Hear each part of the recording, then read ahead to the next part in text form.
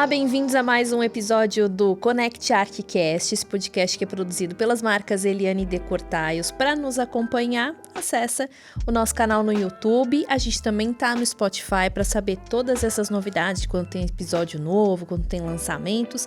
Acompanhe a gente nas redes sociais, nos sites connectarch.com.br, eliane.com, decortaios.com e também nos nossos perfis no Instagram, ConnectArch_oficial, @ConnectArch_oficial, @Eliane Revestimentos e @decortaios. E a gente já tá aqui com o nosso convidado antes, Cristiane Almeida, comigo. Tudo bem, Cris? Tudo bem, Vivi, e tu? Ótimo, vamos para mais um. Como eu disse, o nosso convidado já está aqui. A gente já fez meio podcast com ele, porque é uma delícia conversar com o Rodrigo Sambaqui. Ele é arquiteto, sócio fundador, um dos sócios fundadores da RAF Arquitetura, escritório de arquitetura do Rio de Janeiro. Muito obrigada pela tua presença com a gente. É sempre um prazer te ouvir. Não, o prazer é tudo meu. Obrigado pelo convite, pelo carinho, enfim, por mais um convite, né? Através da Eliane, da De Cortaios, né? Mas Connectarch, sempre fazendo esse trabalho bacana e é um prazer. A gente chamou o Rodrigo para falar sobre projetos complexos para grandes obras, mas eu já disse para ele com certeza, a gente lança o tema, a gente quer ouvir um pouquinho sobre isso, mas a gente vai circular por tanta coisa que a gente já bateu o papo aqui, mas vamos começar então. É tempo, hein? É tempo. A gente diz, e é assim, é incrível porque são 3 sócios. Então a gente diz que é um casamento de 3, mas que hoje vive. Quem é que diz que um casamento de 3 não dá certo? Olha aí, ó. Dá certo, olha aí a prova viva. E que deu super certo, e hoje é uma família de 6, né? Depois que a gente se juntou, todos se casaram, enfim. E antes de tudo, nós somos muito amigos. É engraçado que a gente convive tanto profissionalmente que a gente nem convive muito socialmente, né? Lógico, tem os aniversários, tem as coisas mais já familiares, mas tá tudo no bolo, né? Outro dia, semana passada, foi a festa da RAF aqui de São Paulo, né? Do escritório. E vieram todos os sócios do Rio, porque aqui só tem uma sócia, né? Então, viemos todos prestigiar o pessoal aqui. E a mulher de um dos sócios, o Aníbal, né? O A da RAF, a gente fez uma brincadeirinha, né? O pessoal era um buffet mexicano, o pessoal tomava um shot de tequila e se apresentava e falava um pouquinho, porque tem sempre vários colaboradores novos no escritório, né? Alguns que a gente não conhece, entraram em São Paulo, e a gente não sabe o nome, enfim. E a França, que é mulher do Aníbal e é arquiteta, super parceira nossa, né? A gente se conhece desde que eles se conheceram, né? Porque eu conheço... Tem que apresentar para o sócio meu casamento com a Aníbal é anterior ao mais duradouro do que o dela. Ela fez uma declaração, na verdade, falou muito bacaninha exatamente sobre isso, né? Que era um casamento que ela deixava as coisas acontecerem e ficava mais assim, mas que o mais bacana é a energia que tem, né?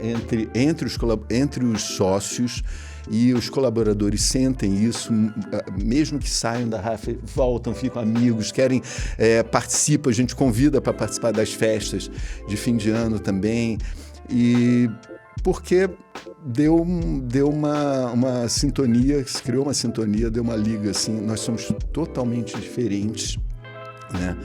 E, assim, de personalidades diferentes. Eu estou falando dos 3 fundadores. Sim, primeiro, Rodrigo, né? Aníbal e o F. Aníbal e Flávio.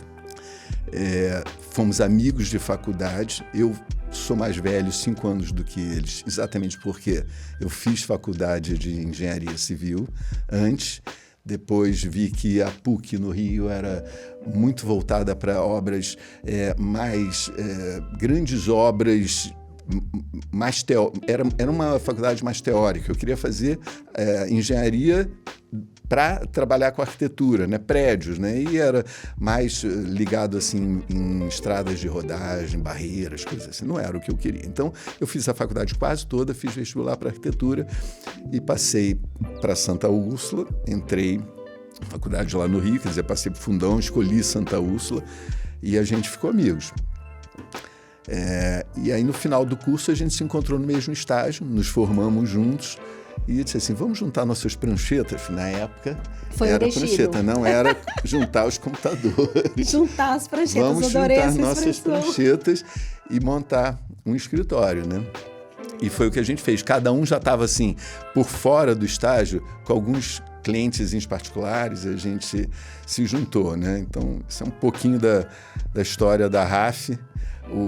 E eu achei muito legal, assim, que você comentou antes da gente começar, que o escritório foi crescendo, né? Vocês foram expandindo aí, como você falou, e isso foi acompanhando com o nosso tema de hoje, né? Que Sim. são as grandes obras, né? Sim. E à medida que vocês foram crescendo, vocês foram abraçando desafios ainda maiores, obras ainda maiores. Isso Exato, é muito bonito. A RAF vem... a história da RAF tem uma linha assim, muito linear mesmo, de ascensão. A gente nunca teve grandes... nunca demos passos enormes e nunca caímos também. Um crescimento saudável, né? Um crescimento saudável, eu acho que é mais sustentável. Sim, embasado, também, assim. exatamente. Você vai evoluindo, vai mudando de sede, aumentando um pouquinho, porque você precisa de mais gente, porque você está pegando projetos um pouquinho maiores e o nome está ficando mais conhecido, você tem mais clientes e a gente foi crescendo. Então a gente começou numa salinha no centro da cidade, uma sala que era da avó do Aníbal. Olha e só. que passou para ele como herança. Então a gente levou as pranchetas para lá, começamos lá, depois a gente Levou viu... fisicamente mesmo, as pranchetas para lá. Para lá, exatamente. Olha, gente, que delícia. Depois a gente viu que precisava de mais espaço, a gente foi para uma casa em Botafogo, uma antiga vila operária, uma casa residencial, só de residências hoje, mas permitia o uso de comércio, a gente montou o escritório lá e depois cresceu um pouco mais, a gente mudou para a sede que a gente está hoje, que é do lado dessa rua, mas era uma casa, um imóvel da Santa Casa do Rio, é grande, um imóvel de 100 anos, né? A gente Imagino restaurou, a que lindo que gente... deve ser. É super bacana, tem essas paredes de pedra, né, rejuntadas com óleo de baleia, sabe? Aquela coisa bem bacana de um sobrado, né, que está fazendo 100 anos. Fez 100 anos já, era de 1920, assim, enfim. Então, cresceu fisicamente e foi assim, gradativamente, foi crescendo em número de colaboradores e foi crescendo na complexidade dos projetos que a gente ia pegando. Então, isso é muito bom. A gente atravessou assim, várias crises, né? Plano Collor, imagina. Que a gente tinha que... minha avó, a avó do Aníbal, liberava 50, sei lá, cruzados. Você lembra que vocês não pegaram isso, né? Vocês são muito novinhas, você nem lembra. Eu ia dizer, eu não quis manifestar, mas acho que a Cris lembra mais que eu. Não, pois é, Eu teve era um plano empreendedora absurdo, assim, que assim... as contas foram congeladas, você não podia fazer retirada, nada, não foi isso. Liberavam um pouquinho por mês ali. Exatamente. Você comprar um Mas leitinho. os idosos que dependiam, né, Sim. podiam retirar 50 moedas lá da época, enfim. Tem essas histórias interessantes, né? E vocês pegaram toda essa transformação aí, né? O início era na máquina de escrever. E essa coisa da tecnologia, isso é muito engraçado, né?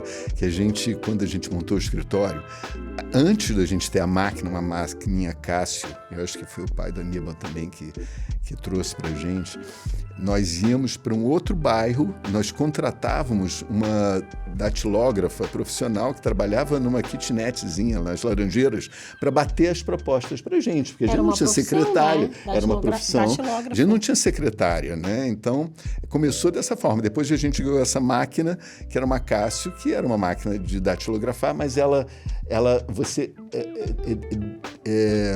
escrevia uma linha digitalmente, podia conferir, e ela imprimia uma linha... Uma grande evolução. Uma por uma, uma super erro antes de evolução. imprimir.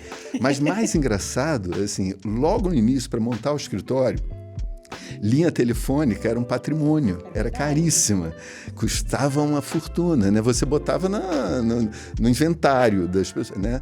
Então, para a gente comprar a nossa linha, porque antes de ter linha, nós íamos para um outro, no prédio do centro da cidade, onde tinha essa salinha, tinha um andar que tinha um telefone público, então a gente comprava ficha para falar com os clientes.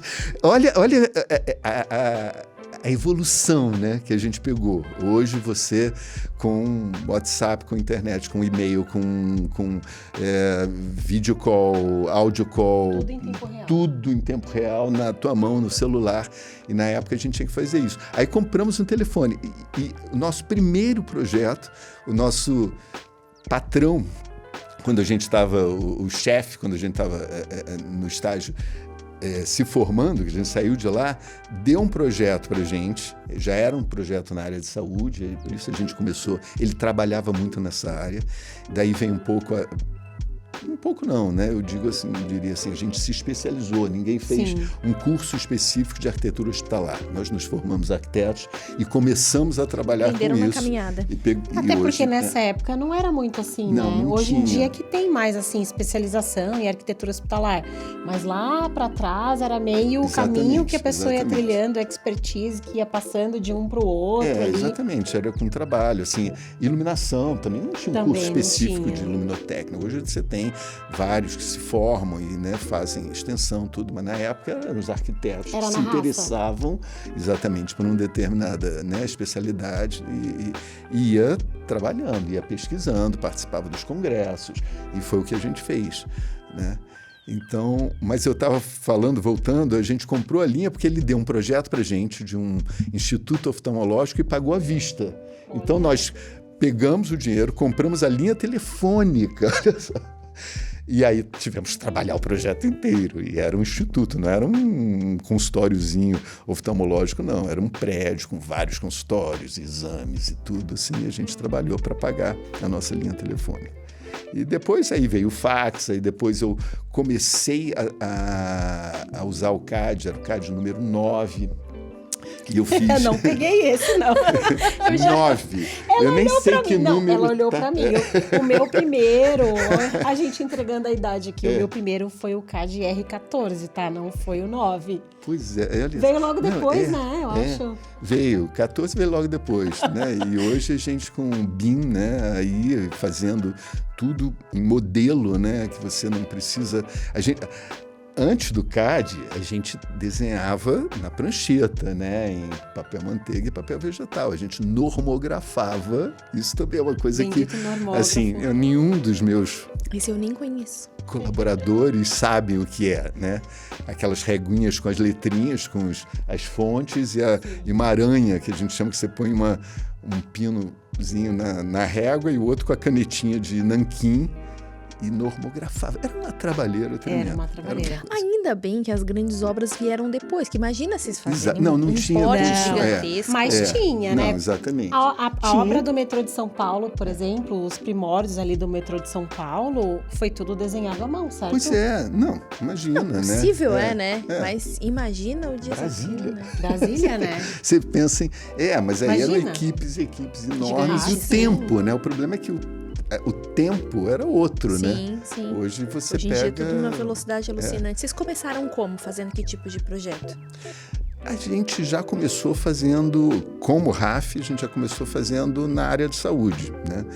Mas desde o início a gente nunca quis fechar o nicho assim, da RAF só nessa área. Então, a gente pegava as residências também, aí fizemos alguns apartamentos, residências de médicos, exatamente, que já eram nossos clientes, né? Depois começamos a fazer alguns projetos corporativos e com o tempo a RAF crescendo, a gente também pegou projetos institucionais, enfim, então na área de transporte, porque a gente já fez estações de metrô, agora com o terminal Gentileza que eu estava te falando, depois eu posso falar um pouquinho mais desse projeto, né?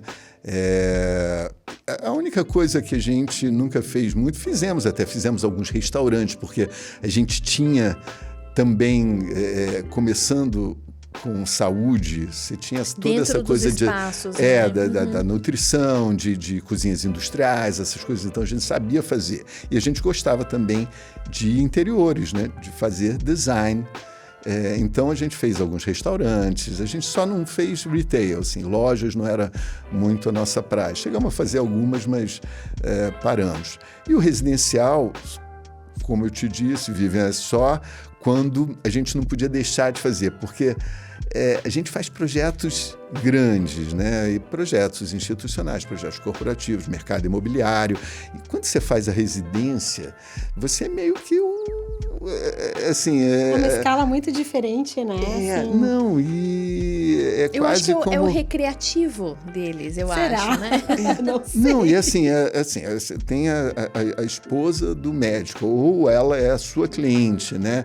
Você é quase que um psicólogo, porque você trabalha, falar não, né? você trabalha com os anseios da pessoa e os detalhes, né, do dia a dia daquela pessoa, né?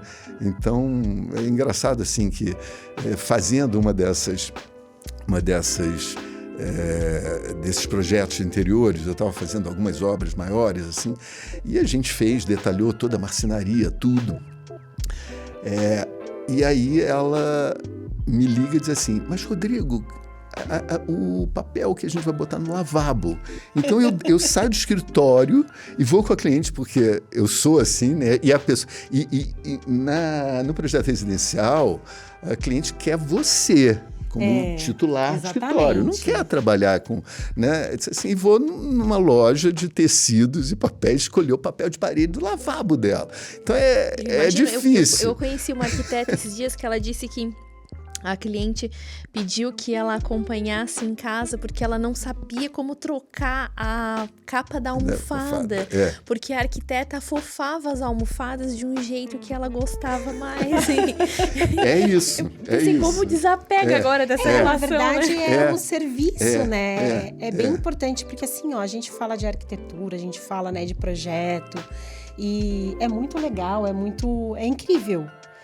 Mas, no final do dia, é um serviço, né? E tem que ter uma qualidade desse serviço. E a qualidade desse serviço não é só a qualidade do projeto. É a qualidade do atendimento. E servir é nobre, né? Servir é nobre. Acho que o brasileiro, ele não tem muito esse entendimento de que servir é nobre. Não tem nobreza, independente da cultura. Escala do seu serviço. Verdade. Exatamente. Não, e tem também a questão do, como você falou, do cuidado que um cliente residencial, né, você passa a ser um consultor particular. Então, nesse mesmo projeto que a gente estava fazendo de interiores, era uma casa na Lagoa, bem bacana, o cliente brifou, a gente fez reuniões para falar sobre marcenaria, sobre todos os móveis, as coisas todas. Ficou tudo acertado, a gente detalhou tudo e uma arquiteta que trabalhava na minha equipe de interiores foi apresentar para ela. A arquiteta volta desolada, porque disse: Rodrigo, ela não gostou de nada. Eu disse: mas como não gostou